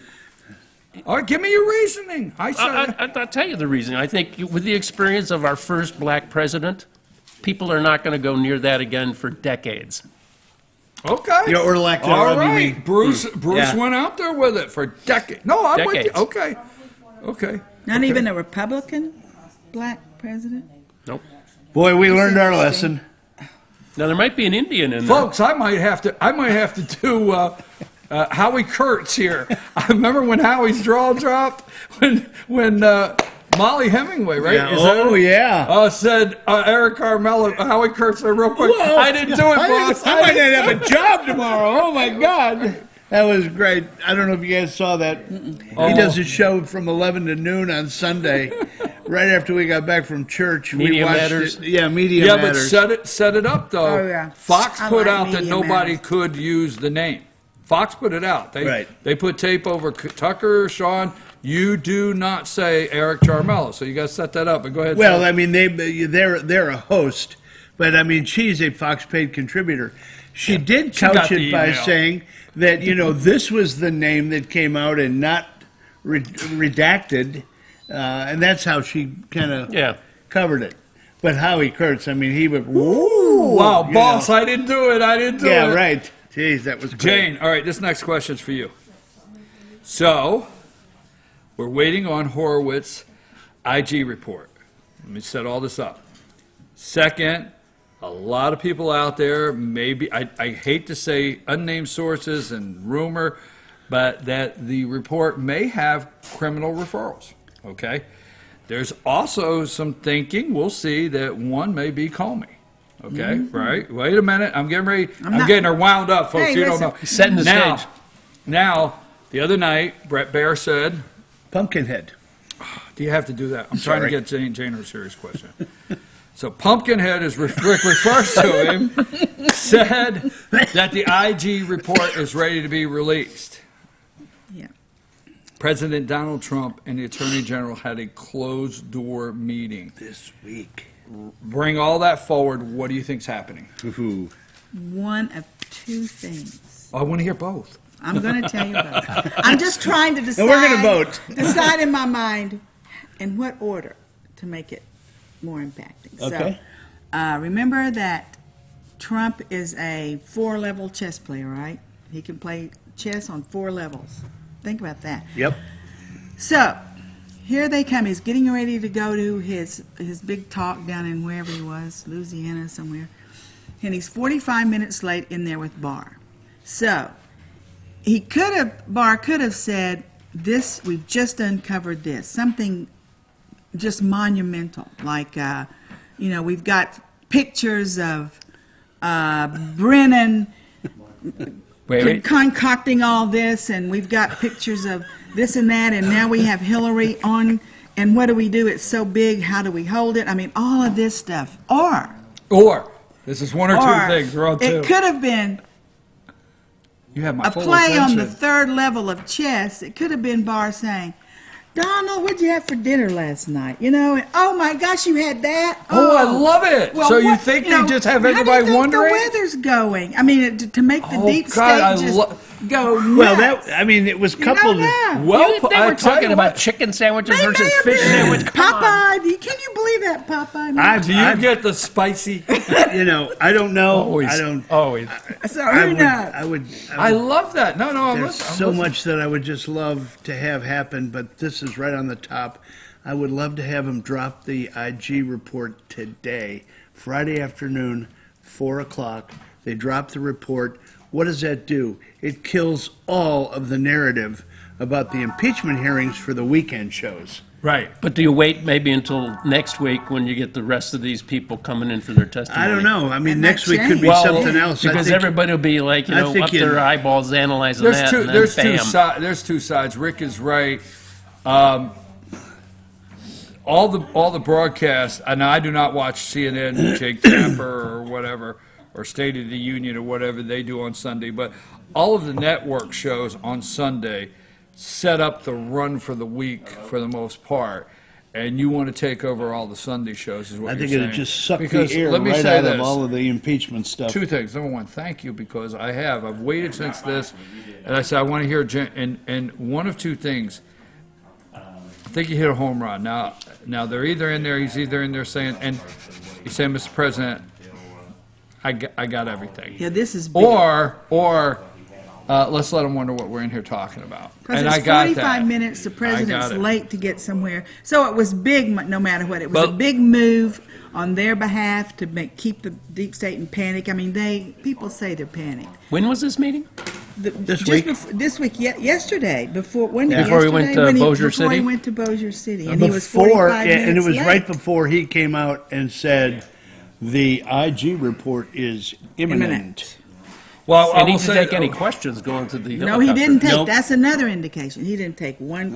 He's just making them absolutely. Yeah, he usually will their stop. blood is draining down. He'll to usually their stop, and he went on to the helicopter. Something's afoot. He is so. But I will say brilliant. this. Let me ask you this question, okay? And as all four of us, we do support the president. So try to put our objective hats on, okay? Every time the guy goes and he is there before he gets on the helicopter, this guy does everything with a level of confidence that I just love, okay? Then he goes and holds these rallies that are just blow the roof off rallies. Another one last night. Okay. He always does things that come across like a guy that knows something. Oh yeah. You He get drops that? little But the things. opposition always portrays that as being arrogant. Right, but Always. I know something. You think I'm up here rallying these people up and something's going to drop on me? Oh hell, you've lost your mind. I mean, does he? Is that what does. you get? Is he He's acts like a incredible. man that knows something? The first time that we ever saw that, or it really came out that he was not afraid of anything and that he, doesn't care what people think, was when they were all on the debate stage and they asked the question whether everybody would support the candidate that comes from this field. Raise your hand. Guess what? He's the only one that didn't raise his hand. He was. He just. Stood I knew there. that guy. He's He my has guy. All right, Love it. switch one more gear. We do have a pet of the week, so we have to move along, but we have to switch. And we're sorry we didn't have North Georgia Senior Living, but one more gear. The guy went into, and I listened to the speech. The guy went into New York, the belly of the beast. Went into New York and at the New York Economic Club, right? Spoke to a group of stuffed shirt, investors, Economists. yeah. and they're just not his crowd. He knows it, okay? Although Trump's a billionaire, those guys go and they sit in the mahogany rooms, right, and smoke cigars and drink brandy, and Trump goes to a cookout that he heard had good-looking girls. I mean, am I wrong? He's got a burger on the way in. Exactly, right? Yeah. Had a Big Mac on the way over. Exactly. So these are not his people, and let me just say it like that, right? These are not his people, but he's there, and he's looking across the room, and this is what I really like about him. When he walks into a room knowing the room is not his, that was not his room that day. He's going to still have the guts to say what he has to say and speak the truth. Now, the only thing the media got was, and they ran it all day, was, you have no choice but to vote for me. Oh, the arrogance, you have no choice but to vote. Remember that? It ran all week. You have no choice. Trump goes and says you have. They didn't listen to the beginning of it. They didn't listen to the end of it. Now, Trump goes in, just to paraphrase real quick, and he goes into, you know what? When I build a building, I have to do an environmental study. I hire people that go and do environmental studies of water, what it's going to do to the air. I spend a lot of money. I listen to the whole thing. I spend a lot of money doing that. I want clean air. I want clean water. I want America to have the cleanest water in the world. I want, us to have the cleanest air. China's not going to. We're smart. And then India. And then he goes into, he said, look at our land mass compared to the others. We're not as big, our land mass in this big globe or flat earth or whatever the hell you want to call it. Okay? But that being said, he said, they're not going to do it. And he looked at the room and basically said, you do what they want to do, and you do the Paris Climate Accord or whatever it is, you're out of business. You're done. You're finished. You have no choice. I know you guys don't like me. You got no choice but to vote for me. That's all they took out of it, right? Right. What they didn't say, and why they're sitting there smug, is that he was talking to a room full of central bank people, Federal Reserve people, and listen, that's a honey cow if you ever saw it. If you got to watch the hour and 43-minute lecture about the guy who wrote The Creature from Jekyll Island. The book is this thick. We've talked about it before. 504 pages. But this is an hour and 45 minutes, and it's just brilliant. Condenses it down, and you go, oh, I learned so much, and I thought I knew a lot. So they're sitting there saying, you may be right, President. You may be right, but we're not taking any steps to get rid of the central bank or the Fed because we're getting all this no money. All right. All the Do I have time to get something in real quick? Yes. Listening, traveling on the highway, you listen to Rush. I try to be a student of him. He came out with something that I thought was brilliant. You noticed yesterday what happened with the narrative from Nancy Pelosi. It has totally shifted away from the impeachment to now the Democrats are focused on passing USMCA.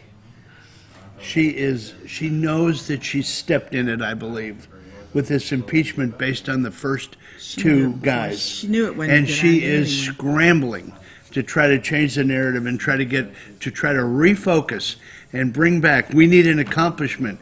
It's evident we've done nothing. We need an accomplishment. So she came out and she said, we are going to find a way, and I'm going to bring it up, that we get USMCA passed. That came out at 9 o'clock yesterday morning. But she also was on saying, he obviously engaged in bribery and extortion, and that's in the Constitution. Yeah. And she was shaking. When she wants nervous to get rid Nancy. of. Yeah. Air balls, jump shots, Okay. layups. My air ball is with a treble hook in it. This guy playing for the Cleveland Browns last night sacked the quarterback, ripped his helmet off, and whacked him on the head. Yes. He's looking for a long-term He's gone for the suspension. season, I predict. Anyway, my home run. Idiotic move. Last weekend, LSU Tigers took it to Alabama. Yeah, buddy. Yes. First time they beat them in 8 years. Big win. Good for you. I'll give you that one. I am not an LSU fan, but I am an LSU supporter in the way I watch them and say, I think they're where they should be this year. And when you're on that note, sorry folks, but Roll Tide, is that what the coach said? The tide is out. Yeah, Roll Tide, F that, right? Hey, that was a hot mic, right, Coach? Yeah. Sorry about that. Didn't mean to. Tide is but out. I enjoyed it. Go ahead, Rick. Let's see. My loser is Hoda Muthana. Hoda Muthana was a woman that, at 25 years old, earlier than that, left the U.S., left the comfy Alabama, left her. The tide rolled out, and she went to Syria and joined ISIS. And the judge just ruled yesterday that she is not a citizen. Absolutely. And she cannot come back to this country. Hope you enjoy the camp with you and your 2-year-old son. And I'm sorry for that, but you made your bed. You got to live with it. Yes, I read that yesterday afternoon. The winner of the week, based on even stuff that Bruce said about, the Constitution, and Nancy's running her mouth about that. The winner of the week is Hillsdale College. If you really want some great information, and it's all free, all you do is sign up. You get things like Imprimis. This one came out, Why and How the U.S. Should Stop Financing China's Bad Actors. Great stuff. Go online. You can take online courses about the Constitution. Again, stuff that I really, I sit there and I do the homework, and I'm trying to learn, and I'm trying to understand everything I can. Yeah, Go to hillsdale.edu, and they will you can sign up, no charge. It's a great article that China won. Yeah. Yeah, I was going to bring that up last week. I just have a point to make. And I know everyone saw. I'm sitting at attention. Well, for the remember point. when Trump was getting rid of people, Priebus and all them, right and left? They said they're in total disarray. He can't keep employees. They're quitting right and left. Hello. Chaos in the White House. Tulsi Gabbard comes out and says McMaster's and Kelly connived against the president and wanted me to be part of it. Now that is the So did biggest Tillerson. blinking bombshell, and Tillerson bombshell, and no one's really talked. They You said, talking about Tulsi or Haley. Haley? No, Haley. "Oh, Haley! Haley. Oh, I didn't mean That's Tulsi. okay. I just like Nikki saying Haley. Tulsi. Nikki Haley. That's Nikki great Haley. stuff. Nikki Keep Haley, going. Nikki Go. Haley. And so I'm telling you, that is huge. It explains that. I mean, Brennan and them had spies all the way through that. They got rid of them. It took that long to get rid of them. She's standing up. I heard before all this she was really a never Trumper. I don't think Nikki Haley was right on the bandwagon, but I think that she got smart and Trump shared some of the things, and she's on the bandwagon now. But for her to come out and say that is a huge thing, and Kelly fooled me. There was one time when I didn't like him, then I started trusting him. But You were right on the money about Rick clued McMaster. me in. Yeah, McMaster's was a jerk, but there's still more in there. So hooray for that, and I hope they get tried for treason. Isn't that subversion? Isn't that planning to overthrow a government? Or I mean, think. is it? Yeah. Anyway, Used to be. we're on the roll. We're on the roll. Hey, folks, nothing I enjoy. Well, I do like French fries. There's a list, but I enjoy this all-star political panel every Friday, and we have good discussion. We'd love to hear from you out there. You could send us an email at info@fetchernews.com or chief@fetchernews, and just tell us what you think. And hey, if you're out there one day and you'd like to make a guest appearance, send us an email. Maybe we can have other people on the show to get other opinions. You will be vetted, though. Yes. Oh, yeah.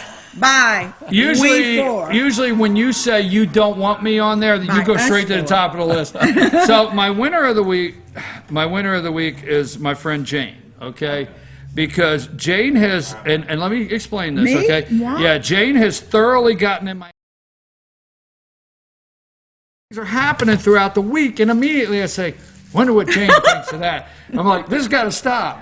I can't wait till Friday. And when you're not here, I'm like, gosh, I got to know. But I tell you what, I was really waiting to hear you say what you thought about the president and the attorney general behind closed doors. And that one or two thing was a home run. I loved it. I appreciate it. They may have just been sitting in there.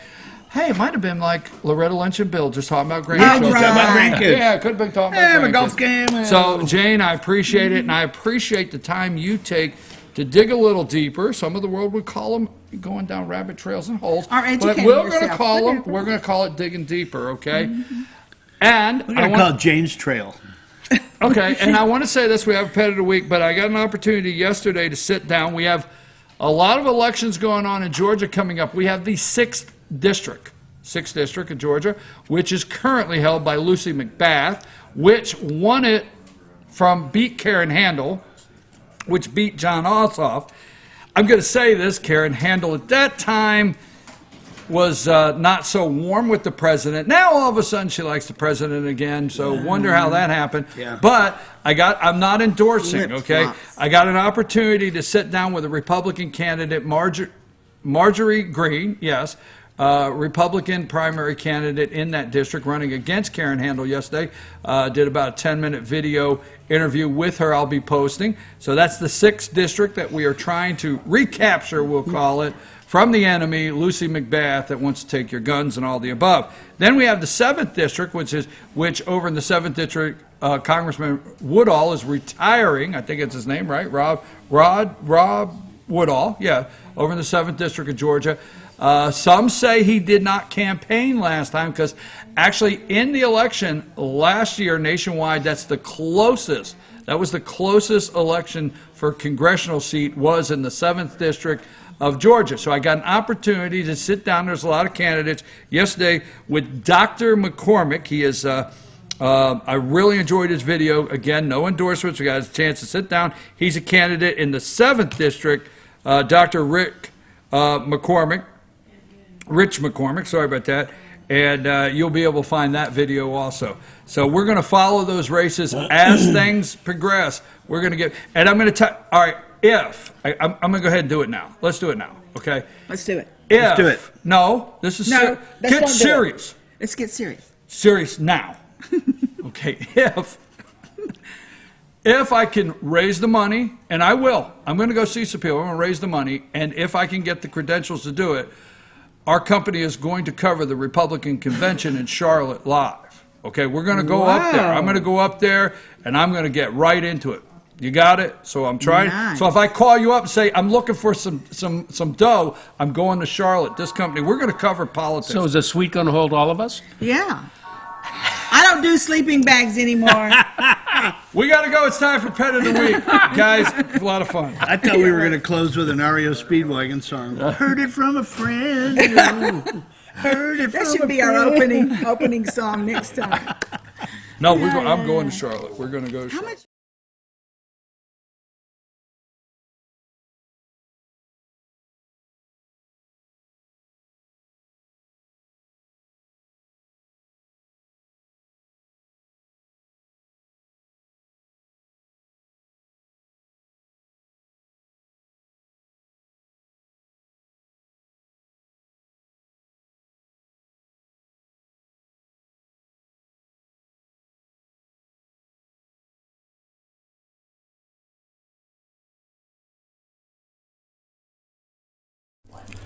In 1981, Reed Nicholson began selling tires out of an old barn in Mineral Bluff. Little did he know that he had just laid the groundwork for the most trusted names in automotive services in the Blue Ridge area. In 1997, Nicholson Tire Center became what it is today, holding the same values of faith, family, and great customer service. 2 locations to serve you, and the Blue Ridge location is currently expanding to offer fast service and the largest U-Haul provider in Georgia. Nicholson Tire Center, Blue Ridge, and Mineral Bluff.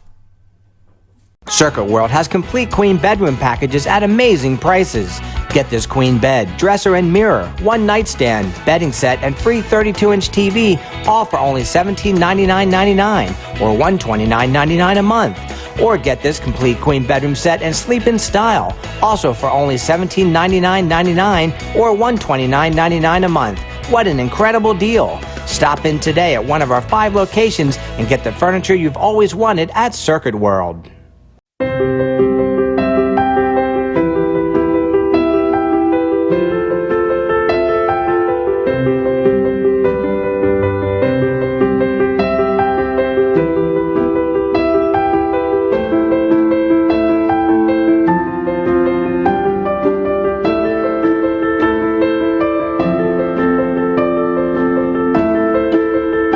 North Georgia Diamond is your source for diamonds in North Georgia. I'm Jeff Riblett, President of Asset Protection Group. As a certified financial planner and with 20 years experience, I've helped thousands of families and business owners create a tremendous amount of wealth. Fortunately, most of that wealth has been protected. Don't allow an unforeseen life event, such as a nursing home stay or the next market meltdown, destroy your family's wealth. Be smart. Call me Let's determine how best to protect your assets and preserve your wealth.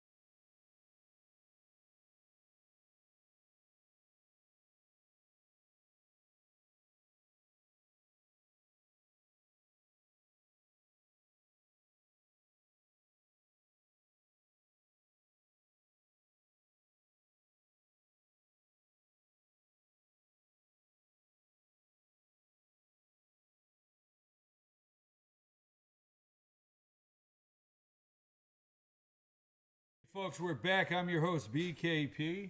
It's time for the Pet of the Week from the Humane Society of Blue Ridge. Kara, thank you very much. Thank you for having me. We wish Rena and your family well, and we thank you for coming in this morning and bringing our Pet of the Week. And who do we have with us? This is Nico. Nico is about 2.5 years old, and we think he's a Basset Hound mix, and he's just a real love.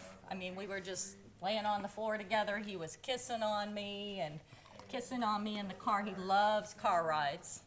He's just a sweetie. He's very gentle. Very gentle. Very gentle. The only thing I need here is an extra absorbent bounty towel.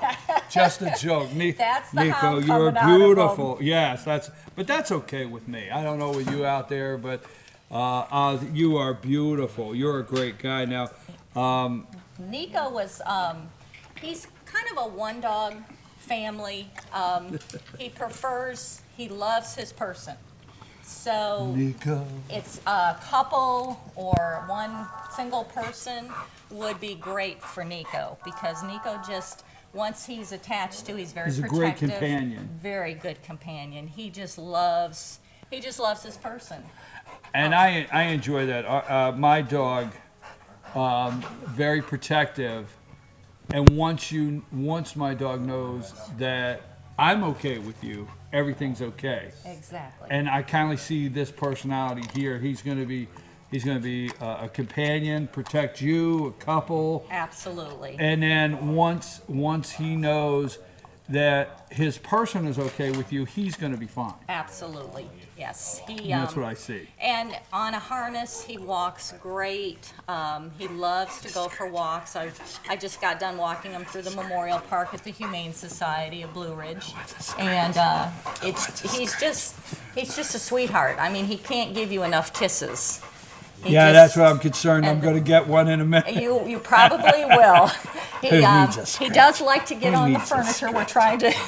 Who needs a scratch? You know, I just was snuggling with him on the floor, and he just lays there. He was just as sweet as can be. You can tell his friendliness with the tail wagging. No, honey. It's okay. Come here, buddy. We have somebody back here doing the. Come here. Hey, what's with you? He likes to play. He likes to play ball. He enjoys, he is strong. You're going to get him worked up. He's strong. So, and once you get him worked up, he likes to play. Come here, Nico. Here, Brian. There's a treat for him. He's been in here before, ain't he? He has. He's. Do you need this dog? If I could have dogs, I'd take everyone they have. And we do have cats at the Humane Society as well. I know you don't like to hear I that didn't word, say Brian. that. Why is there? It's just. But Nico needs he needs a home. And they all do. But he's just a special boy to me because I was there when. I'm not saying I'm okay with it, but I have been talked into a cat, and you know how that happened? Person just said you're getting a cat. So I'm being talked into it, and I'm like, wait a minute. So no.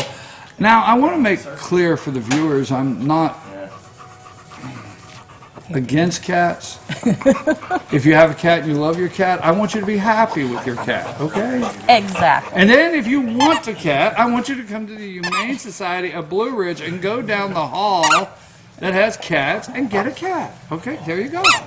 But right here. And we have lots of them at the Humane Society. There's all kinds of varieties. Dude, you are. But we do have lots of beautiful dogs. But Nico's our pet of the week, and we just want him to have a loving home with whomever that will be. And fenced-in yard, he would do great. He just loves to play, loves to run around. You can tell he's Nico, very curious. come over here. We're baby. trying to find your forever home. Folks, help us find a forever home for Nico, this great, we're talking about companion dog for a couple. Contact the Humane Society of BlueRidge.org. I got that right? Correct. Humane Society of BlueRidge.org. Go on their website. Has all their hours, phone contact, hours of operation, and also find their Facebook page, Humane Society of BlueRidge.org. Did we get everything right? You did, and we're closed Sunday and Tuesday to the public. And we're open 10 to 5 on Monday, Wednesday, Thursday, Friday, Saturdays 10 to 2. Folks, as you know, we like our pet of the week, and that's the way we always end our week, with the star right here, Nico. What to find this beautiful baby? Oh, you smoocher, you. He is a smoocher. His forever home, Humane Society of BlueRidge.org. Again, thank you for coming in and bringing our pet of the week. We appreciate you, appreciate all the volunteers out there, each and every one of you. Don't forget, we'll be back in the office Monday morning at 8 a.m., FYNTV.com, 8 a.m. We will be right back there. You can subscribe to our YouTube channel, FYNTV, Fetch Your News. And anytime, look for the playlist, Pet of the Week. Hey, if you're out there today and say, hey, this would be a perfect pet for mom, dad, friends, whatever, send this video. You can go find the playlist. Send this video to them. Again, thank you very much. I'm out. I'm looking forward to a great weekend in North Georgia. Thank you, Blue Ridge Circuit World. Lonnie, let's go home.